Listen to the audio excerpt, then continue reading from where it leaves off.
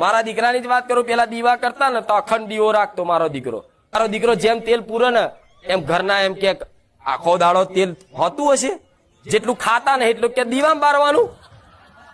પૂછી જો અનુભવ, એમને કોઈ એવું ના હોય, હું જ બોલાવું, હું જ વિરોધ કરાવું, મારા દીકરાને હાથે કરીને છે ને દુઃખ પહોંચાડાવું.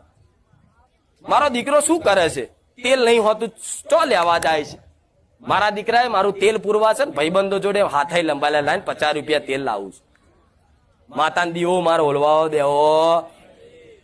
ઘરનાને કહી દીધું તમારે તેલ લાવો એટલે લાવજો, હું દુનિયામાંથી ચોરી કરી નહીં લાવીશ, પણ મારી મેલેડીનું તેલ પૂરીશ. એ ઘરના વિરોધ નહીં કરતા, ઘરના તો ભાવ સારો જ હોય. જે તે નડતર રૂપ થતા હોય ને જે તે દેવ, એ તમારો વિરોધ કરશે. ભક્તિમાં તમે નિવેદ કરશો ને તો તમારા ઘરના જોડે બોલાવડાવશે. અરે કેટલી વાર અઠવાડિયામાં કેટલી વાર નિવેદ કરવાના હોય? પેલા 1 દીવો કર્યો, અત્યારે 5 દીવા કરે, હવે 7 કરે, કેટલા કરવાના? છતાંય હા ભરજો. સમય આવશે ને એમનો ચોખ્ખો ભાવ થઈ જશે. કાન છે ને તમારા બંધ ના કરો તો મનના અંદરના કાન બંધ કરી દેજો. થશે તમારો વિરોધ. તમારા કુટુંબમાં કદાચ તમને કોઈ દેવ ધૂણવા આવશે ને તો અમે કહેશે કે આ તો ચુડેલ ધૂણ હશે, ભૂત ધૂણ હશે, ફલાણું ધૂણ.